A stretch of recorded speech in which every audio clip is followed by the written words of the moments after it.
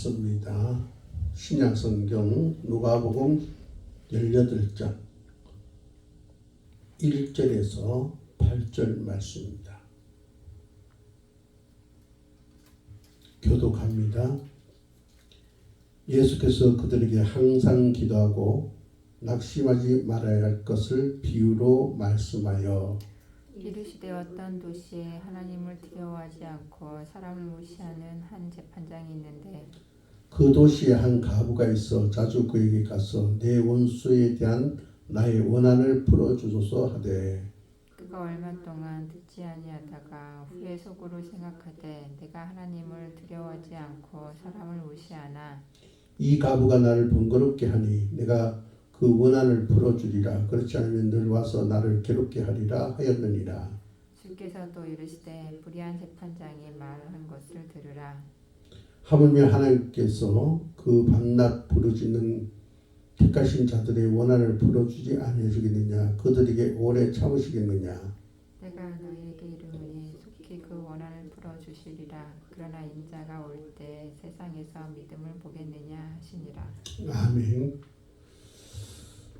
우리가 이 한 해를 시작하고 또 말에 가서 마무리할 때 우리는 기도하면서 시간을 시작했고 마무리했다. 그런 결론이 있었으면 좋겠습니다. 기도는 굉장히 중요하죠. 예. 모든 것이 기도로부터 되어지기 때문에 우리에게 있어서 기도는 굉장히 중요합니다. 그래서 우리가 기도로 시작하고 기도로 하는 마무리함이 중요하고 그것이 바로 우리 삶 속에 자리를 잡아야 되겠습니다. 그런데 우리가 기도할 때는 그 기도에 대한 응답을 우리가 바라고 우리가 기도합니다. 예. 하나님께서 구하는 것마다 다 들어주신다고 했으니 우리는 기도하면서 그 응답을 기대하면서 우리가 살아가는 거죠. 예. 그런데 기도를 하고 기다려도 그 기도가 어떤 결과가 없을 때가 있습니다. 아무리 기다려도 그 기도의 응답이 보일 기색을 나타내지 않을 때가 많아요. 아니 어쩌면은 불가능한 그런 모습으로 현실이 내게 다가올 때가 있습니다. 그때 우리는 어떻습니까?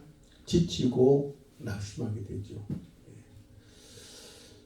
우리가 바로 이러한 경우를 많이 겪게 되는데 바로 오늘 주님은 그러한 때 우리가 어떻게 해야 될 것일까에 대해서 우리에게 중요한 말씀을 주고 있습니다. 그래서 누가복음 18장 1절에 보니까 예수께서 그들에게 항상 기도하고 낙심하지 말아야 할 것을 비유로 말씀하여 그렇게 얘기했어요.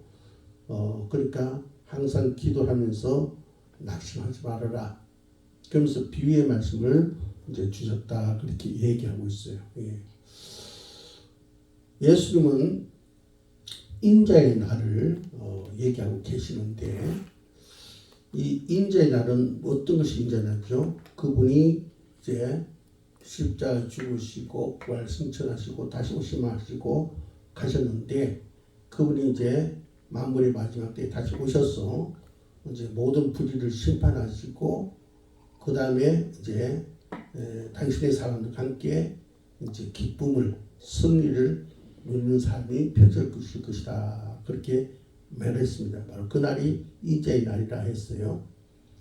이제 주님께서 그렇게 약속했기 때문에 우리는 그 약속을 기다리고 있죠. 예. 주님이 오늘이나 오시려나 내일이나 오시려나 이제 그 기다림 속에 우리가 살아가고 있습니다. 참 기대되는 날이죠. 그죠? 예.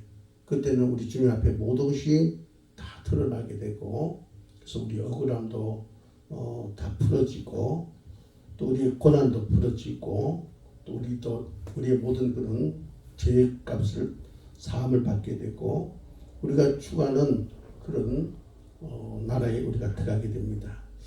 근데 그 인자의 날을 기다리면서 우리는 낙심할 때가 많아요. 왜 인자의 날이 오지 않지? 왜 오지 않지? 기다리는 것이 쉽지가 않습니다. 그래서 혹시 오지 않는 건 아닌가? 정말 주님이 오셨던 그 주님 메시아가 맞는가? 그런 생각을 우리가 할 수도 있습니다. 그래서 그런 부분을 두고 예수님께서 오늘 비유에 말씀하시는데 이 비유에 말씀하신 목적이 두 가지가 있어요. 첫 번째는 왜 이 비유에 말씀하시냐면 누가복음 18장 1절에서 밝히듯이 항상 기도하고 낙심하지 말라 그런 교훈을 주기 위해서 오늘 비유의 말씀을 주셨다는 것입니다. 예. 자 여기 보니까 지금 사람들에게 그 어떤 고면을 하는 분은 예수님이시고 고면을 받는 자는 바로 그들 주님을 따르는 무리들입니다. 그 2절을 보니까 이러시되 하면서 그죠 이제 예수 말씀이 8절까지 쭉 이어지는데 예수님께서 이제 말씀하고 이제 2절부터 8절까지는 누가 들어야 됩니까? 예수님의 제자들, 예수님을 따른 무리들이 이제 들어야 되는 거죠. 그 내용이 2절에서 8절까지 나오는데 그들에게 그렇게 비유로서 고민하는 그 첫 번째 목적이 뭐라고요? 항상 기도하고 어떠한 일이 있더라도 또 주님의 그 약속이 더디더라도 낙심하지 말라 그런 의미를 가지고 얘기하고 있다는 것입니다. 자, 근데 우리가 그 성경에 보면은 데살로니가전서 5장 17절에 보면 쉬지 말고 기도하라 했죠. 오늘 본 말씀에 항상 기도하라 그 말과 의미가 유사하다고 그렇게 보면 됩니다. 그러니까 항상 기도하라 쉬지 말고 기도하라 이것은 24시간 기도하라 그런 얘기가 아니라 내가 기도하는 시간을 정해놓고 하는데 그 기도를 끊지 말고 반복적으로 계속해서 하나님께 아뢰고 나가고 그분을 의지하고 붙들고 신뢰하라 그런 얘기입니다. 그러므로 이 기도를 떠받치는 두 가지 기둥이 있는데 그건 뭐냐? 겸손과 믿음입니다. 우리가 기도하려면 어떻게요? 겸손해야 됩니다. 그러니까 나는 아무것도 아니다. 나는 아무것도 할 수 없는 존재다. 내게는 하나님 없으면 안 된다. 그래서 나는 하나님을 의지해야 된다. 그런 마음이 있어야, 그런 겸손이 있어야 기도하게 되는 거죠. 그래서 기도하지 않는 사람은 교만한 사람이에요. 그 다음 두 번째로 기도는 또 무엇이 떠받치고 있냐? 믿음이 떠받치고 있습니다. 다시 말해서 이 말씀 무슨 말씀이냐면은 우리가 하나님을 믿는다면 기도를 하지 않을 수 없다. 구하라, 찾으라, 두드리라 했잖아요. 그죠? 그러면 어떻게 됩니까? 우리가 구하고 찾고 두드리는 거죠. 구하면 얻게 되고 찾는 것을 찾게 되고 두드리면 열리게 될 것이다. 그죠? 그걸 믿으면 기도하게 되어져 있습니다. 그럼 우리가 기도할 때는 뭐가 똑받치고 있냐? 겸손함이 있어야 되고 믿음이 있어야 기도하게 된다. 저와 여러분이 바로 그런 겸손과 믿음을 가지고 기도할 때 중간에 포기하지 말고 속단하지 말고 나의 수준에서 판단하지 말고 그래서 낙심하지 말고 기도할 수 있길 바랍니다. 기도하면서 낙심하지 말라 그런 의미로 그런 목적을 두고 오늘 비유 말씀하셨다. 두 번째로 예수님께서 오늘 비유 말씀을 한 것은 뭐냐면은 기도를 중단하지 말라 그런 뜻도 있고 또 제가 낙심하지 말아야 된다 그런 뜻이 있다고 했어요. 그러니까 기도를 중단하지 말아야 된다. 항상 기도해야 된다. 쉬지 말고 기도해야 된다. 그 다음에는 두 번째로 바로 낙심하지 말아야 된다. 우리 주님은 우리가 기도하다가 낙심하는 것을 원치 않는다 그런 얘기예요. 예수님이 왜 그런 말씀을 했냐면 우리가 얼마든지 낙심할 수 있는 상황에 있다는 것을 아셨기 때문에 그렇게 얘기하는 거예요. 자, 예를 들어서 우리 누가복음 9장 51절 한번 볼까요? 앞에 있는 누가복음 9장 51절 봅시다.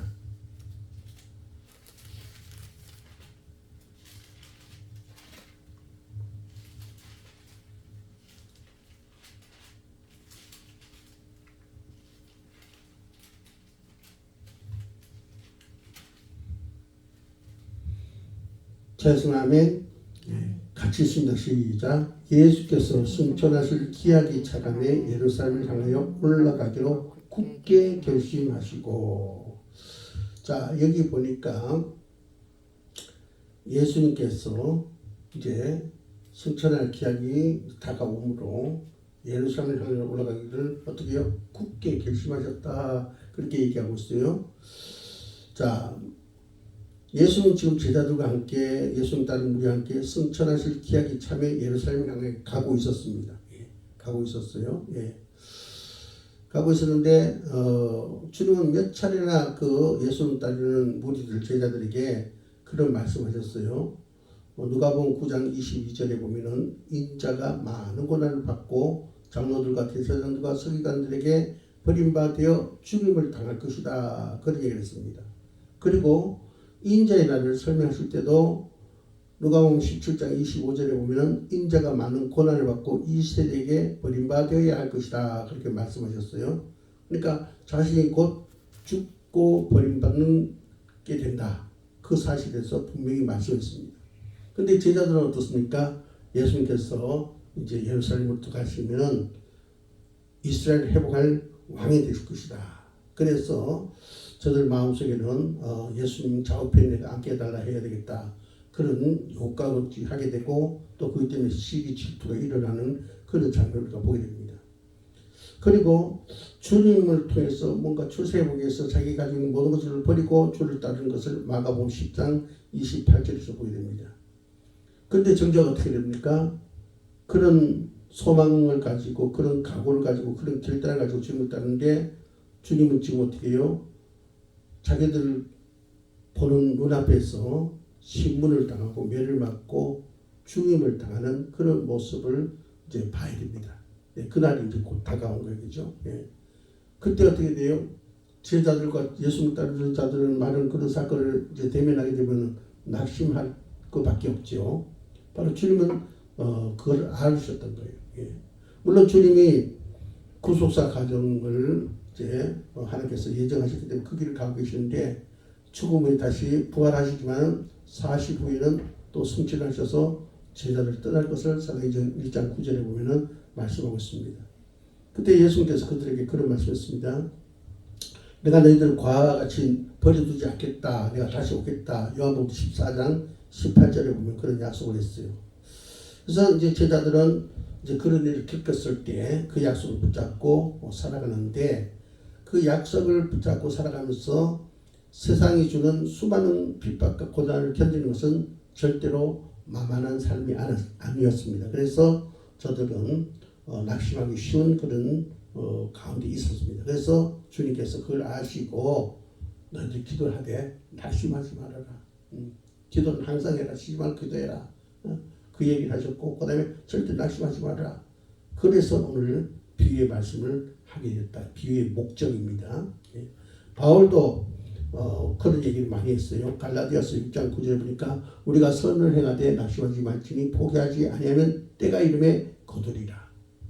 데살로니가 후서 3장 13절에 형제들아 너희는 선을 행하다가 낙심하지 말라 그렇게 말씀했습니다. 예수님은 이제 하나님께로 올라가시면서 제자들에게 말했죠. 내가 하나님께 성령을 구했으니 그 성령을 하나님께서 보내줄 것이다. 그러니까 너희들은 성령이 오실 때까지 기다리라. 그렇게 말했습니다. 왜 성령을 보내주신다고 했어요? 저들이 낙심할까봐. 낙심하지 않도록 하기 위해서 성령을 보내주신다 했어요. 로마서 8장 26절에 보면은 성령이 말할 수 없는 탄식으로 우리를 위해 친히 간구하심으로 우리 연약함을 도우신다 했어요. 연약함을 도우신다. 우리가 연약해서 낙심할까봐, 속단할까봐, 주님을 부정하게 될까봐, 불신하게 될까봐 그런 연약함을 성령께서 오셔서 우리를 위해서 돕는다. 그런 얘기를 하고 있습니다. 자, 그래서 주님은 바로 너희들이 기도할 때 낙심하지 말아라. 그렇게 말씀하고 있습니다. 사실 우리가 엘리야 경우를 보면 그렇지 않습니까? 엘리야가 우리가 그 열왕기상 18장 19장에서 보면은 18장에서 어떻습니까? 엘리야가 갈멜산에서 850명의 거짓 선지자가 싸워서 이깁니다. 대단한 거죠. 850대 1. 엄청난 거죠. 예. 그때 그는 성령 충만했습니다. 그래서 그들이 이겨냈어요. 그러나 어떻습니까? 19장에 가서 보면은 그가 이제 성령 충만해서 조금 멀어지거든요. 고난이 오게 되고, 예. 그 아왕 그 부인이 이세벨이 자기를 죽이고자 하니까 어떻게 해요?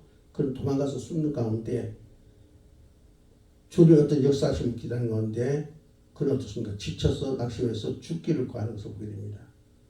금방 하나님을 의지했을 때는 아주 대단한 그런 선지자가 됐는데 또 금방 낙심하고 말게 되는 것을 보게 됩니다. 이것이 바로 오늘 우리 인간의 모습입니다. 예.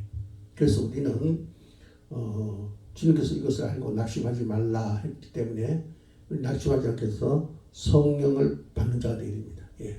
성령의 도심을 우리가 받아야 돼요. 예. 그래서 우리가 이제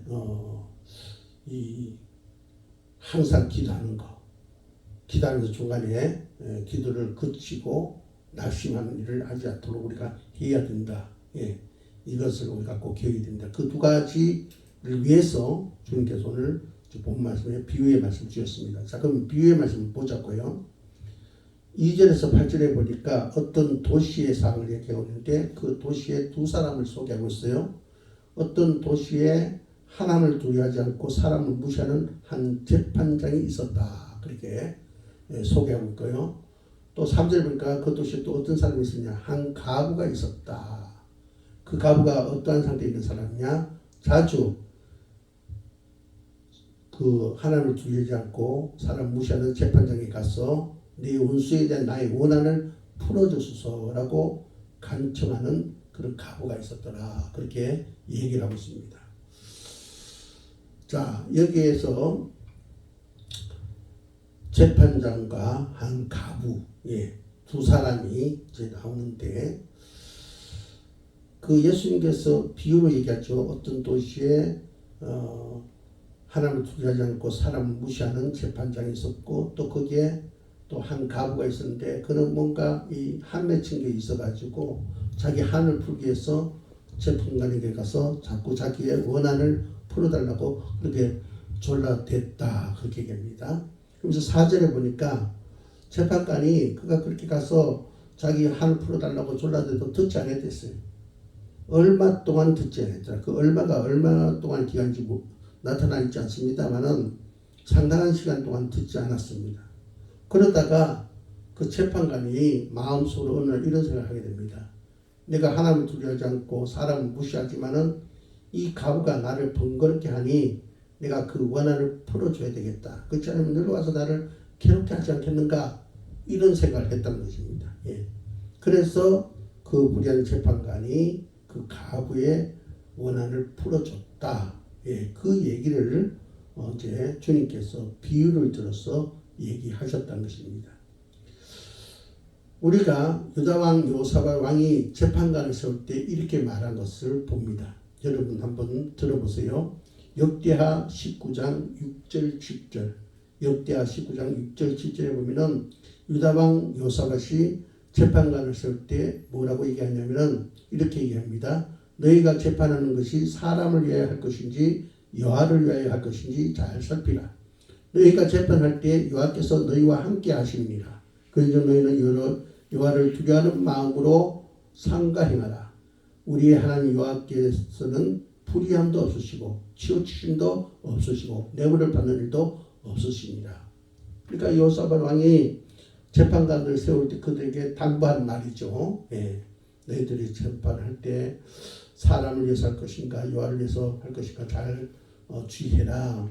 하나님은 어떤 분이냐 불의함도 없고 치우치심도 없고 뇌물 받는 일도 없다. 그러면 너희들도 그렇게 행동해야 된다.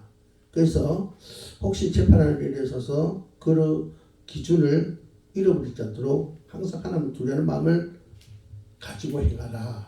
그런 얘기를 여호사밧이 재판관을 세울 때 했습니다. 여호사밧 왕만 그런 것이 아니라 유다 역대 왕들이 다 재판관을 세울 때 똑같은 얘기를 했겠죠. 요즘 우리가 보면 그렇지 않습니까? 법관 낼 때 되기 전에 선서하잖아요. 대통령이 되기 전에 선수하잖아요. 그죠? 그와 같은 하나의 제도였다. 그렇게 보면 됩니다. 그런데 이 재판관이 어떻습니까? 불의한 재판관이라 했어요. 하나님을 두려워하지도 않고 사람을 무시하는 자였다. 이런 재판장을 당시에는 어떻게 불렀냐? 강도 재판관이라 이렇게 불렀대요. 강도 재판관. 왜냐하면 재판을 통해 사람들의 재물을 빼앗는 도둑 같은 행위를 했기 때문에 바로 불의한 재판관을 강도 재판관이라 그렇게 불렀답니다. 예수님은 6절에서 그를 한마디로 불의한 재판관이다 그렇게 말했어요. 자, 여기에 또 등장하는 3절에 가부를 한번 보자고요. 한 가부. 이 가부는 지금도 그렇지만 당시 가부는 사회적인 약자로서 많은 어려움을 가지고 살았습니다. 남편이 없다는 것은 외부의 위험으로부터 보호해줄 보호자가 없다는 것이고 물질적인 필요를 공급하는 공급자가 없다는 것입니다. 남편을 잃고 나서 부당하게 재산을 빼앗기는 그런 억울한 일을 당한 일이 많았고 특히 당시에 타락한 종교 지도자들이 가부의 가사를 삼키는 그런 일들이 있었습니다. 그래서 주님께 책망받는 그런 모습을 우리가 누가복음 20장 47절에서 보게 됩니다. 바리새인과 서기관들을 포함해서 불특정 다수로부터 많은 그런 원한을 얻을 수 있는 사람이 바로 그 당시의 가부였습니다. 그래서 지금 이 가부는 그 시대 속에서 그런 거죠. 억울함을 지금 겪은 거예요. 어떤 손해를 본 거예요. 그래서 재판관을 찾아가서 나의 원한을 좀 풀어달라. 그렇게 그가 때를 쓴 겁니다. 틀어줄 리가 없죠. 그러니까 때를 씁니다. 우리가 성경을 보면은 하나님께서는 가부를 보호할 것을 말씀하고 있어요. 예를 들어서 신명기 24장 21절 또 디모데전서 5장 3절 이런 데 보면은 가부를 존중하고 그것들을 이제 보호할 것을 돌볼 것을 말씀하고 있습니다. 그러나 그 시대는 타락했기 때문에 이 재판관은 그와 같은 말씀들을 행하지 않고 가부의 그 척을 돌아주지 않았습니다. 재판관이. 또 그 시대가 악했기 때문에 많은 그 사람들이 이 가부를 억울하게 만드는 그 시대였기 때문에 그는 그 시대 속에서 억울한 일을 지금 겪고 있는 겁니다. 그러던 어느 날 이 재판관이 하루 속으로 그렇게 얘기했다고 했죠. 야, 내가 하나님을 두려워하지 않고 사람 무시하지만은 이 가부가 나를 번거롭게 하니까 내가 그 원한을 풀어줘야 되겠다. 그렇지 않으면은 늙어가서 나를 괴롭게 하리라. 그렇게 그가 속으로 그렇게 생각했다 그랬어요. 여기서 나를 괴롭게 하리라 문자를 그대로 번역하면 내 눈밑을 때리라. 내 눈밑을 때리라. 이 눈밑을 때린다는 것은 자꾸 거기 찾아온 것이 생각나게 한다는, 눈에 선하게 보이게 한다는, 그래서 나를 괴롭게 한다 이 말이죠.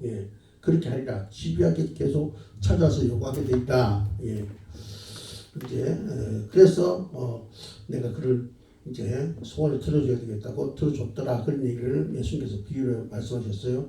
그리고 6절에 보면 주님께서 이런 말씀합니다. 그런 비유의 말씀 마치시고 주께서 말씀하기를 어떻게 말씀하시냐. 불의한 재판장이 말하는 것을 들어라.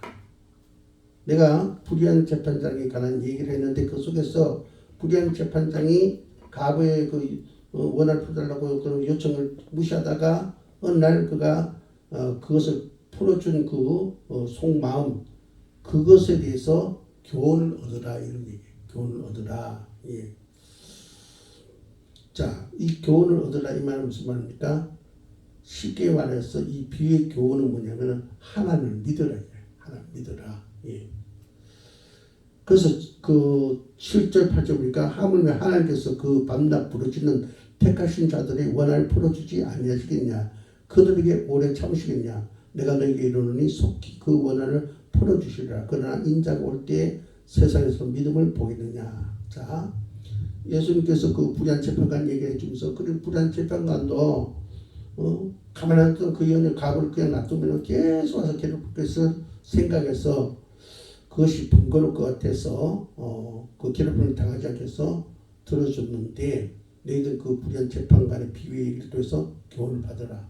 악한 자도 그렇게 간구하면 들어주는데 하물며 선하신 하나님께서 그 사랑하는 자의 백성들의 택하신 자들의 그 원한을 풀어주지 않겠느냐. 계속 들어주지 자고 그냥 길을 닫고 계시겠느냐. 그들에게 오래 참으시겠냐. 그 요청을 들어주지 않고 계속 계시겠느냐. 이제 그 얘기를 합니다. 그 이 얘기는 뭡니까? 믿고 구하라는 것입니다. 예. 계속해서 믿고 구하면은 이제 하나님께서 응답해 주신다. 우리가 7절에 보면은 하물며 하는 게 있어요. 하물며. 이거는 오늘 본 말씀의 핵심 부사입니다. 그러니까 무슨 말이냐면은 앞에 있는 것과 뒤에 있는 것을 하나 비교하는 그런 것인데, 비교해서 강조하는 것인데, 앞에 있는 불의한 재판과 뒤에 있는 인물 하나님과 비교하는 거예요. 예. 악한 자라도 그렇게 번거롭게 자꾸 찾아가서 괴롭히면은 들어주는데, 하물며 선하신 하나님께서 가만히 계시겠냐. 이렇게 핵심적인 그 단어, 예, 하물며 부사를 통해서 바로 그것을 강조하고 있는 것을 보게 됩니다. 신명기 10장 17절 18절에 모세가 하나님이 이렇게 모사하는 것을 보게 됩니다. 신명기 10장 17절 18절 제가 읽겠습니다. 너희 하나님 여호와는 신 가운데 신이시며 주 가운데 주시오 크고 능하사 두려우신 하나님이시라. 사람을 외모로 보지 아니하시며 뇌물을 받지 아니하시고 거와 갑을 위하여 정의를 행하시며 나그네를 사랑하여 그에게 떡과 옷을 주시나니. 여기 보니까 모세가 신명기 10장 17절 18절에서 하나님을 이렇게 표현합니다. 전능하신 재판장이다. 공의로우신 재판장이다. 인자신 재판장이다. 그렇게 말씀하고 있습니다. 예.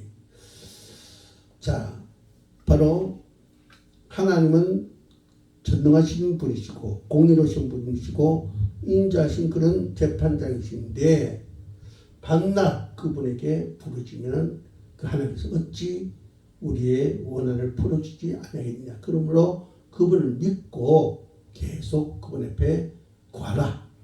그러면은 반드시 응답할 날이 온다는 것입니다. 할렐루야. 예. 여러분, 우리가 신년을 이제 맞이해서 우리 각각 기도 제목이 있습니다. 그렇죠? 개인의 기도 제목, 가족을 위한 기도 제목, 또 우리 교회 중요한 전환점이죠. 그죠? 예. 이제 그런 제목이 있는데, 우리가 이 신년에 오늘 이 두 가지 메시지 들어야 돼요. 우리는 쉬지 말고 기도해야 됩니다. 예. 기도로 시작하고 기도로 끝나는, 중간에 기도를 포기하지 않는 그런 우리 교회가 되어야 될지 믿습니다. 예. 그다음에 두 번째로 기도하되 어떤 일이 있어도 낙심하지 말아야 된다. 예.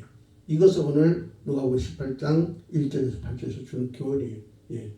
항상 기도하라. 쉬지 말고 기도하라. 그거 첫 번째. 두 번째, 기도하다 낙심하지 말아라. 포기하지 말아라. 속단하지 말아라. 예. 그것이 오늘 본 말씀의 교훈입니다. 그것을 위해서 비유의 말씀을 주는 거예요. 예. 불의한 재판관, 또 항의 맺힌 가부의 얘기를 준 거예요. 예. 그래서 그 악한 불의한 재판관도 그 가부가 번거롭게 하니까 들어줬는데, 하물며 선하신 하나님이 너희를 구할 때 그 기도에 응답해 주지 않겠냐. 바로 그 얘기입니다. 예. 그래서 우리는 오늘 이 말씀을 기억하면서 부지런히 우리 기도로 시작해서 기도로 계속 그죠 하루를 마친 자가 되어야 됩니다. 예수님께서 이런 말씀하셨어요. 마태복음 7장 9절에서 11절에 보면 너희 중에 누가 아들이 떡을 달라 하는데 돌을 주며 생선을 달라 하는데 뱀을 줄 사람이 있겠느냐. 너희가 악한 자라도 좋은 것으로 자식에게 줄 알거든 하물며 하늘에 계신 너희 아버지께서 구하는 자에게 좋은 것으로 주시지 않겠느냐. 얼마나 확고한 말씀입니까? 바울은 또 이런 얘기 했어요. 로마서 8장 32절에 자기 아들을 아끼지 아니하시고 우리 모든 사람을 위하여 내주신 이가 어찌 그 아들과 함께 모든 것을 우리에게 주시지 아니하게 되냐. 할렐루야. 예. 여러분, 우리가 인생을 살다가 내 힘으로 해결할 수 없는 일을 만날 때 우리는 낙심할 필요 없습니다. 예. 왜냐하면 전능하신 하나님이 우리 아버지시기 때문에 있습니다. 그분이 쉬지 말고 기도하라. 기도하다가 낙심하지 말아라. 그러면 반드시 그 결과가 있을 것이다. 응답이 있을 것이다. 이렇게 말씀하셨어요. 예, 이것을 우리는 기억할 줄 바랍니다. 예. 근데 제가 얘기했죠. 기도는 겸손해야 기도하게 되고 또 어떻게 해요?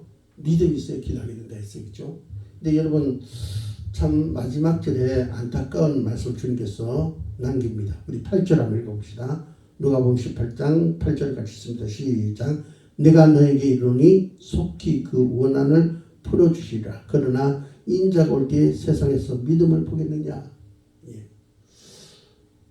내가 이렇게 교훈하는데 정말 내가 다시 올 때 너희들이 하나는 아무것도 못합니다 라는 겸손한 마음 가지고 모든 것을 하실 수 있는 그분 앞에 나와서 믿음을 가지고 내가 구하면 하나님께서 응답해 주셔. 그런 믿음을 가지고 기도하는 그런 사람을 보겠느냐 그 얘기. 예. 기도하다가 낙심하기 쉽다 이거죠. 예. 중단하기 쉽다 이거죠. 예. 그러므로 우리는 이 말씀을 새기면서 어떤 일이 있더라도 우리는 기도하는 자가 되고 예. 그리고 중간에 기도를 우리가 속단하고 낙심해서 우리가 포기하지 않는 예. 그래서 기도의 길가에 열매를 거둬들이는 그런 자가 되어야 될 줄 믿습니다. 시편 50편 15절에 이렇게 말씀하셨어요. 환난 날에 나를 부르라. 내가 너를 건지리니 네가 나를 영화롭게 하리로다. 할렐루야. 저와 여러분이 2024년 기도의 열매를 많이 바로 맺으시기를 주의로 축복합니다. 기도드립니다. 하나님 감사합니다. 누가복음 18장 1절에서 8절의 내용에 주님께서는 우리에게 두 가지 교훈을 하셨습니다. 2024년도에 항상 기도하라고 했습니다. 쉬지 말고 기도하기로 정한 그 시간에 기도하라고 했습니다. 그리고 또 한 가지는 기도하되 절대로 속단하거나 낙심해서 기도를 포기하는 일이 없도록 하라고 했습니다. 그래서 우리 주님은 한 도시에 불의한 재판관과 어떤 원한이 가득해서 간청하는 가부의 얘기를 하셨고 아버지는 그 가운데서 우리가 정말로 겸손한 모습으로 믿음을 가지고 아버지 앞에 기도할 때에 악한 자라도 들어주는 그 아버지의 소원을 선하신 하나님은 왜 들어주지 않겠냐면서 반드시 우리에게 들어줄 것을 확신을 주셨습니다. 부르짖는 자 되게 하옵소서. 응답을 아버지며 쟁취하는 저들 되게 하옵소서.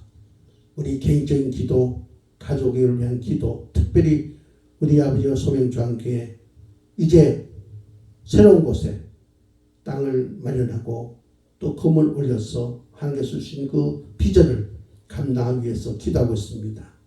기도할 때 쉬지 말고 기도하게 하시고 또 어떤 일이 있더라도 속단하고 좌절절망하고 낙심하여 기도를 중단하지 않게 도와주옵소서. 반드시 하나님께서 응답하려고 오늘 이 시간에 선포하셨사오니 겸손함과 믿음으로 끝까지 기도하는 저희들 되게 하옵소서. 예수 이름으로 간절히 기도합니다. 아멘. 360